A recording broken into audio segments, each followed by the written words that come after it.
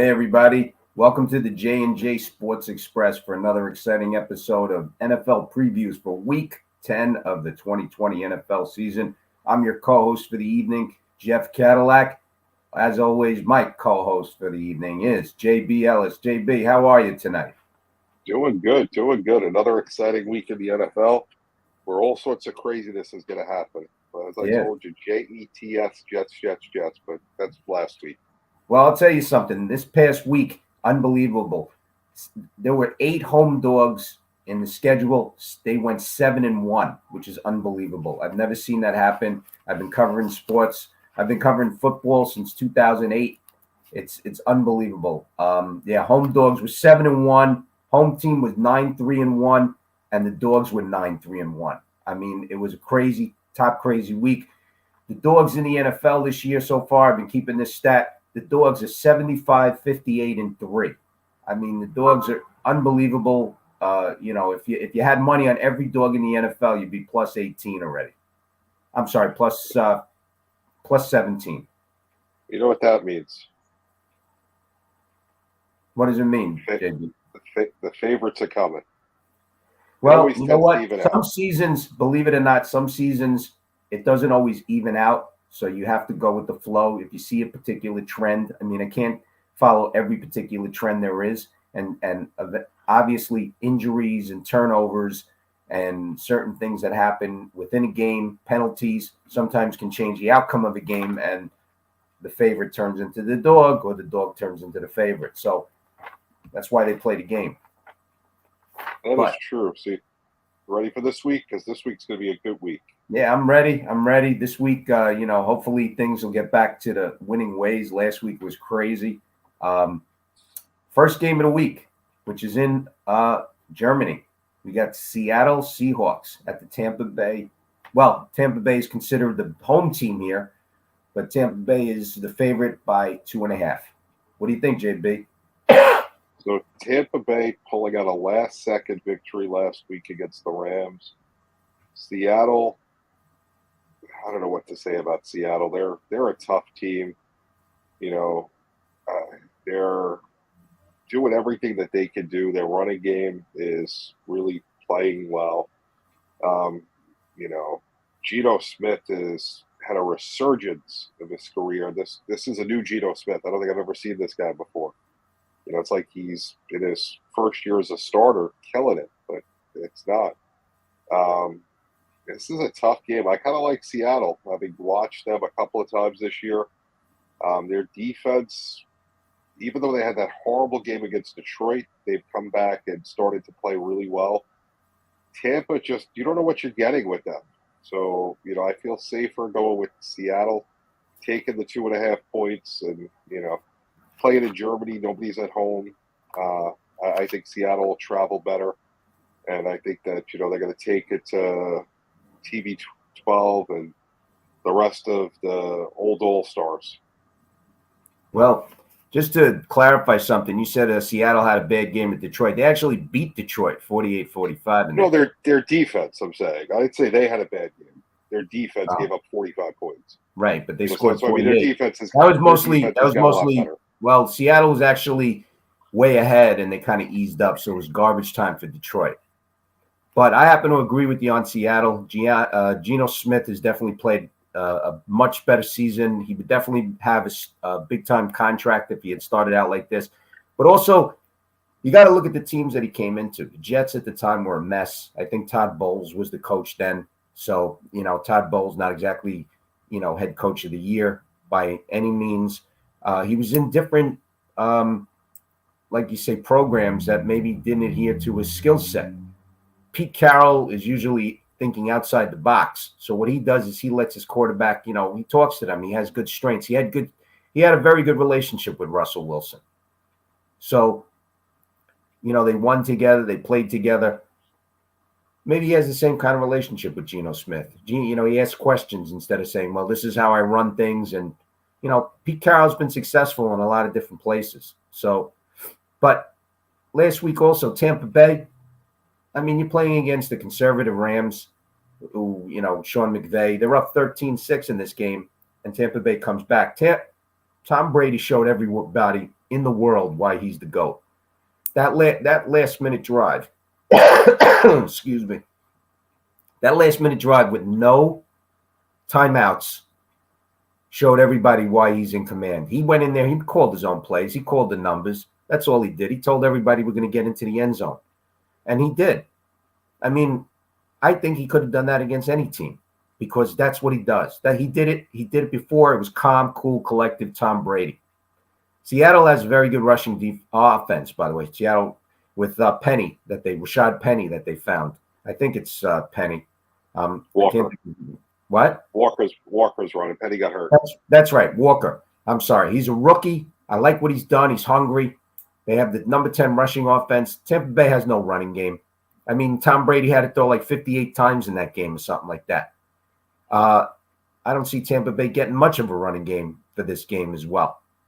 Seattle last week, they owned Arizona. Tampa Bay in the comeback. I like Seattle plus 2.5. I think they'll win by a touchdown in this game. And wow, bold. That's usually me that makes those statements. What are you doing?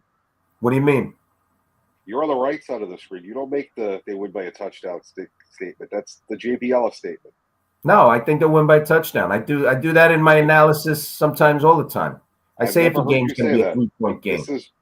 This is week what? 10, 11, 12, 117. It feels like sometimes, folks, I know that JB is he's saying whatever he's saying, but if you read my website, folks, at jeffcadillac.com, you'll see that I do post that. I'm not talking about what you write. I'm talking about what you say here on the JHS Sports Express. I've never heard you come out with that comment. I've said that multiple times. Okay. First time I've heard you say your website's phenomenal. If you're not reading it, I don't know why you're not. I don't know what you're doing. Take a couple of minutes every week, look it over. One of the best in the game, but I never heard you say it. Okay. All right. The second game that we're looking at on the schedule is Detroit at Chicago. You got Chicago at Detroit. It's actually Detroit at Chicago, folks. You got it mixed up on that one. That's okay. Chicago is the favorite here, though. It's they are laying 2.5.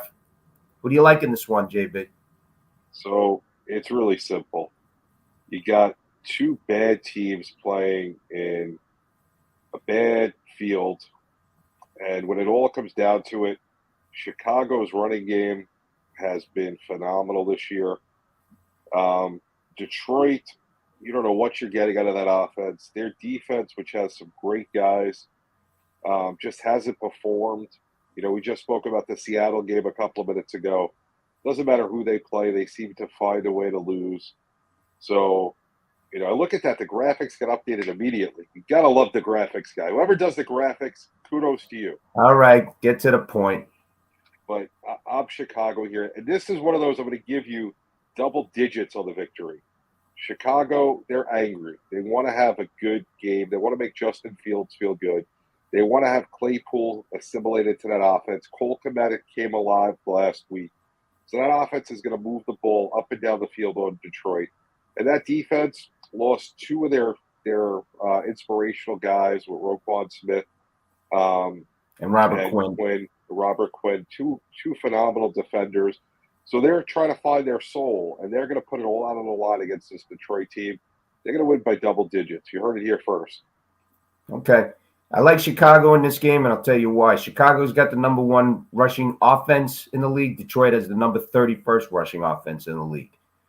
It's a battle of, look, you know, Justin Fields is going to get his numbers. It's a whether or not how many he gets. Detroit, they had an unbelievable week last week. That was their Super Bowl, beating Green Bay. Aaron Rodgers had a very bad week. You know, he talked a lot. I'll tell you something. Here's a tip for all the gamblers and bettors out there and everything. When a quarterback publicly makes comments, bet against them. Because last week, 2 quarterbacks, Josh Allen and Aaron Rodgers, made comments, and they both lost their games. So they went 0-2. So whenever they start talking, yeah, we did this, we did that, we're going to do this, we're going to bet against them. Because they went 0-2. So that's the new stat of the week. But the funny thing is also, Miami was playing at Chicago last week. The score was close. It was a 35-32 game, but Chicago played catch-up throughout this whole game. Don't think for a minute. Miami was in total control of this game, and they should have scored more points, but they were 0 for 3 on 4th down, which is very, it's something you should keep track of because those were points that were taken off the board.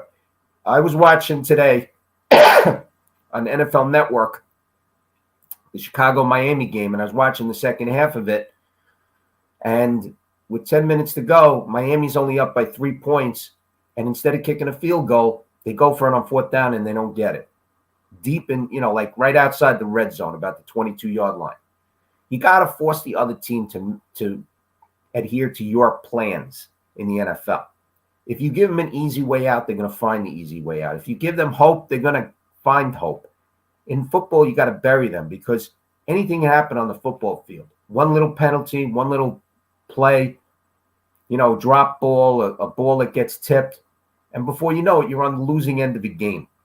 And Miami did not put the dagger in. That I liked it, Miami -5. They only won by 3. And I'm saying to myself, kick the field goal. You win by 6. It would have been perfect. It was that kind of week, folks. I mean, there were games. I lost one game by half a point. And, just picking the game. So I like Chicago to win this game. Detroit's got no defense. They played their Super Bowl last week. There's going to be a hangover this week. And Detroit typically does not play well in the outdoors away. So we'll see what happens. Detroit typically doesn't play well the game of football. I mean, well, we'll see. But I like Detroit. I think they're going to run all over Detroit. It's not going to, it's one of those games that doesn't matter. If Chicago doesn't win, I mean, they're building something with Justin Fields. Detroit is still going backwards. All the positive that we saw last year out of Detroit is gone at this point. I don't know what happened.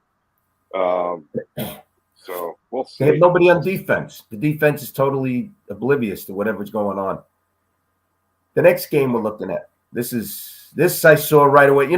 Funny thing is, folks, I happen to notice certain things and certain trends. And last week on a different show on the Rick Cam, 2 weeks ago on the Dr. Roto show. It's on Better Sports Network where I do another show, if you don't mind me mentioning.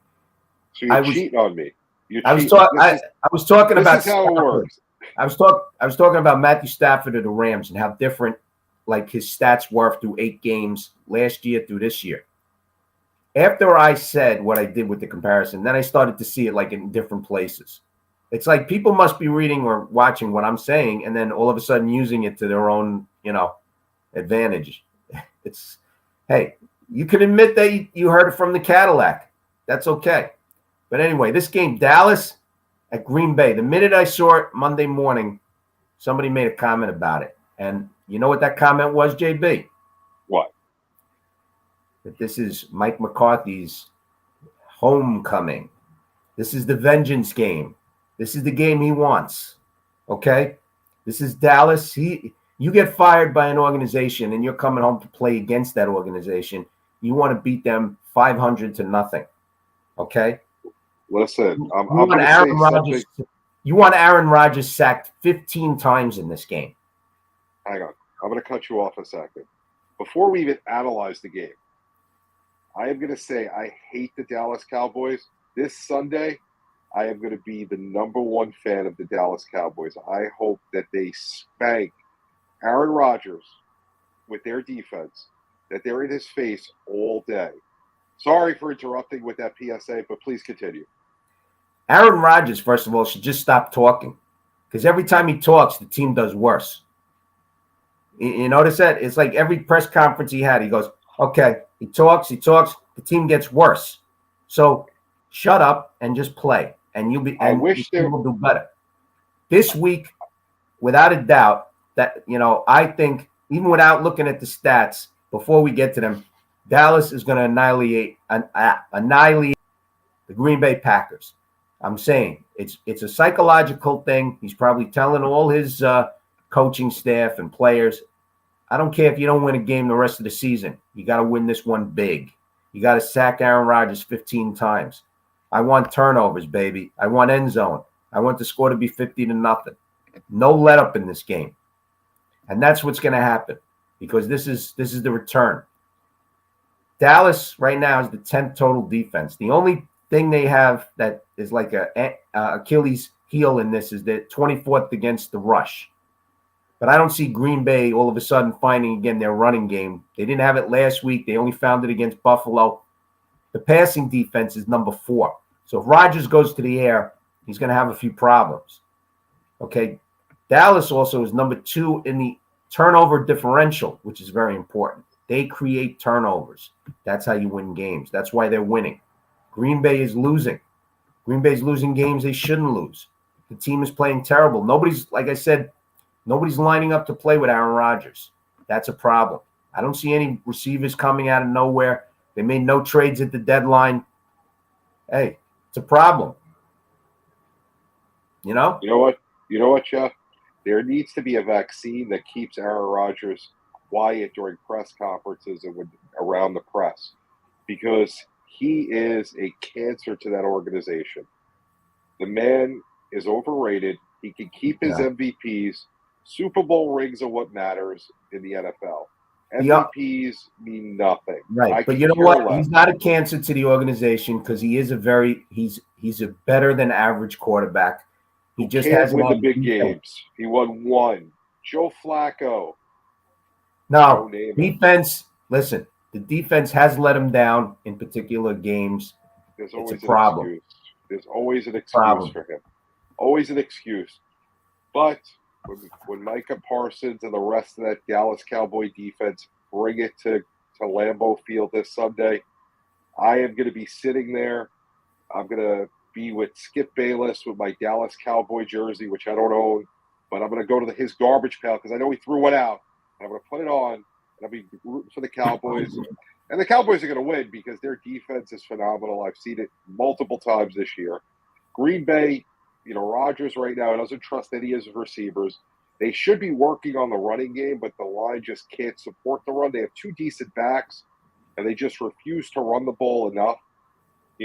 Their defense is mediocre in a league where mediocre is okay if your offense is performing. If your offense isn't performing, you're going to get beat. I don't see any possible way for Green Bay to win this game or to cover the spread. Aaron Rodgers hasn't thrown 3 interceptions in a game since December 12th of 2017. That's insane.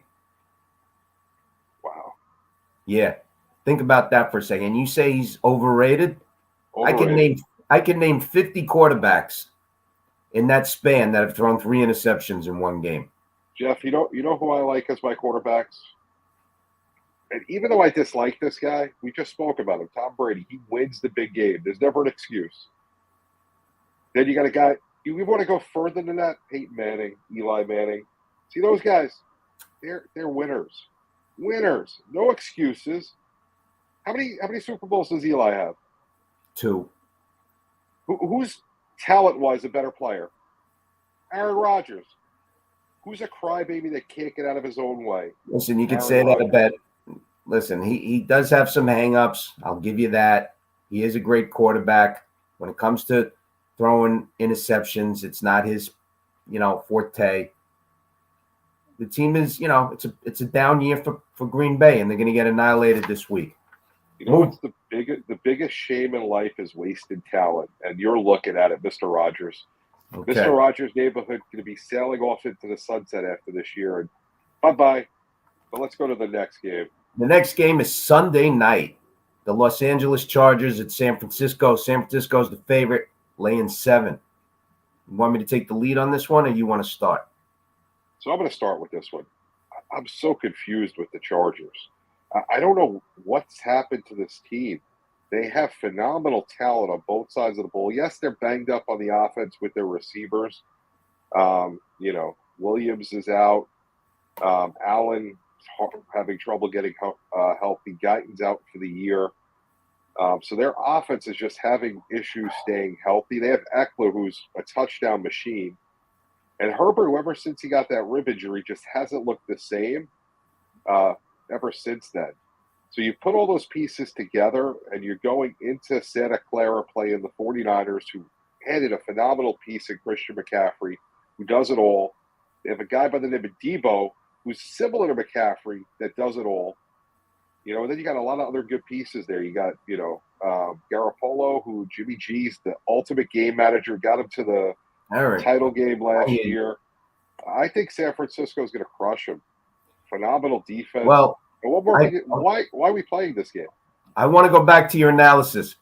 The Chargers are a team you can't figure out. They haven't beaten anybody that I would consider good.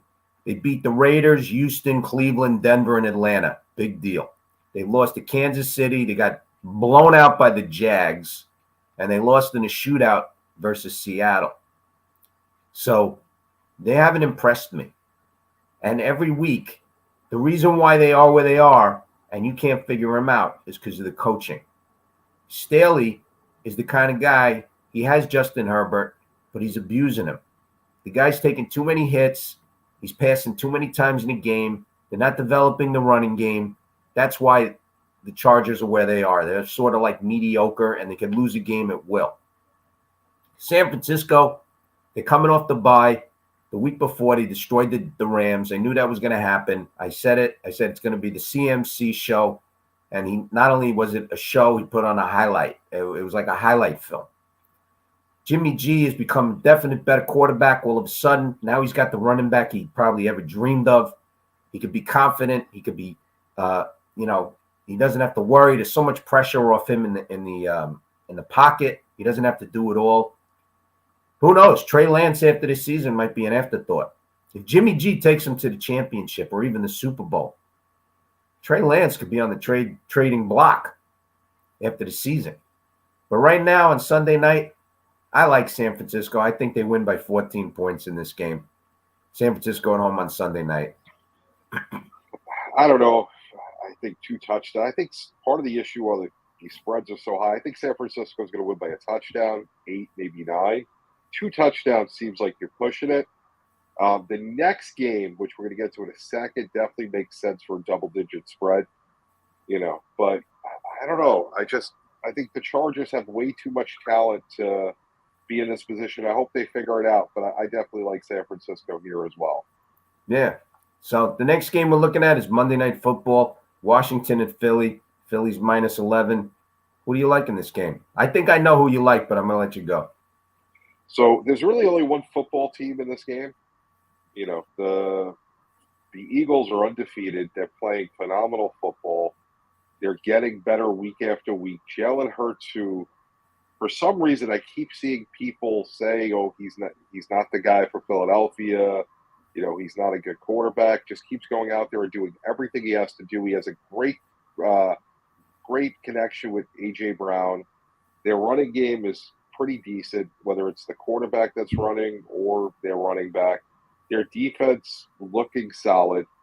On the other side of the ball, you got the Commanders, which their first year in the NFL this year, coming in from the Washington football team taking over. All right, get to the point.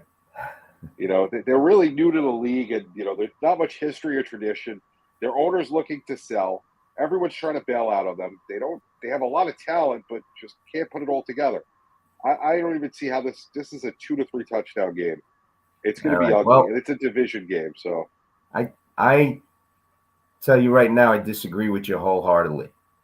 I like Washington in this game, and I'll tell you why. First of all, Philly did not impress me on Thursday night against Houston. Everybody had them as that 14-point favorite.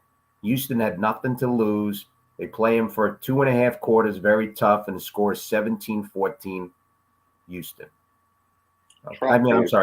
Philly. You're talking about a game that Philly was told everybody's going to blow them out. And I knew in the back of my mind somehow that I should have taken Philly I should have taken Houston because Philly missed that field goal at the end of the first half. They make that first half field goal. They win by 15 instead of 12. Winning by 12 against a team like Houston is not impressive. It shows that you're just like showing up, you're going through the motions. That game was 14-14 for a long time. So, and this is a showdown in the NFC East. We're talking about Washington. They were beaten by Philadelphia earlier in the season, 24-8. That was when Carson Wentz was the quarterback. I like Taylor Heineke. I like what they did last week against Minnesota. Even though they They were up 17-7. Here's another game that lost by half a point. They held Minnesota had first and goal from the 6-yard line, and they needed 6 plays to get into the end zone for a field goal. Okay? Washington's defense stopped them, and they were able to hold on. Washington has the 12th run defense, so we'll see how that'll match up against Philly's run offense. Washington's got nothing to lose. Taylor Heineke's, he's taking what the defense gives him. And I like Washington in this game with the points. I didn't say they're going to win, but I think they'll keep it close. I don't know. Have you ever gone down to Philadelphia? I've been to games in Philadelphia, yes. Have you been to the lake? No, but I'm telling you right now, if you're a professional, these are things that don't scare you. And I like, nobody, you see, the whole thing is when a team has nothing to lose, and Washington has nothing to lose in this game, they come out loose. The team that has everything to lose is Philly. They come out tense. They got nothing to lose. They got a 2-game lead on everybody in the division. They're playing a weak Washington team on a Monday night game with extra rest after a trap game. They're going to be fine. They're going to win by 2.5 touchdowns. This is not the game they're going to lose. You think they're going to win by 17? You think they're going to win by 17? You know the game they're going to lose? Their first loss is going to come to the Dallas Cowboys. I tell you that now. Okay. Wait and see. We'll see. That's why they play the game. They'll lose one to the Giants, but they'll lose one to the Cowboys, and that'll be their loss. But it'll definitely going to be an interesting week. We agreed a lot this week. This just did again. JB is never wrong.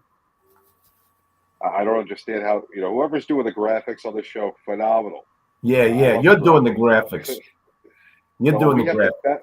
We have the best group of staff here at Sideline Sports. Uh-huh. So where can people find you, Jeff? Well, you can find me at jeffcadillac.com, where I do all the games, all the analysis of the games every week for free on my website. I do sportskita.com in the betting section. I write 2 articles a week. I do some games over there, plus some articles on some tips in the betting section. That's Sportskita. That's sports, KEEDA.com.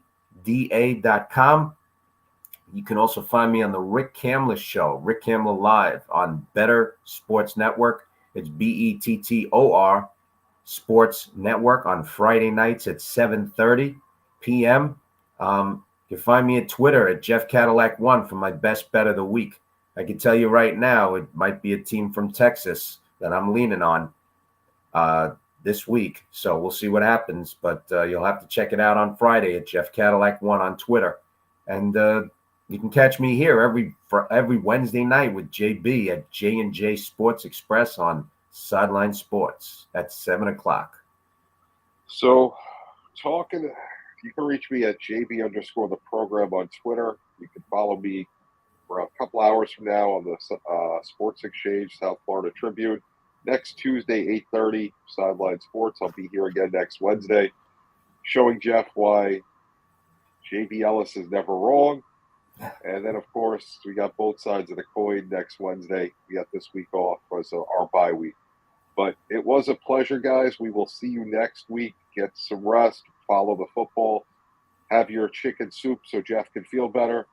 And then we'll see you next week.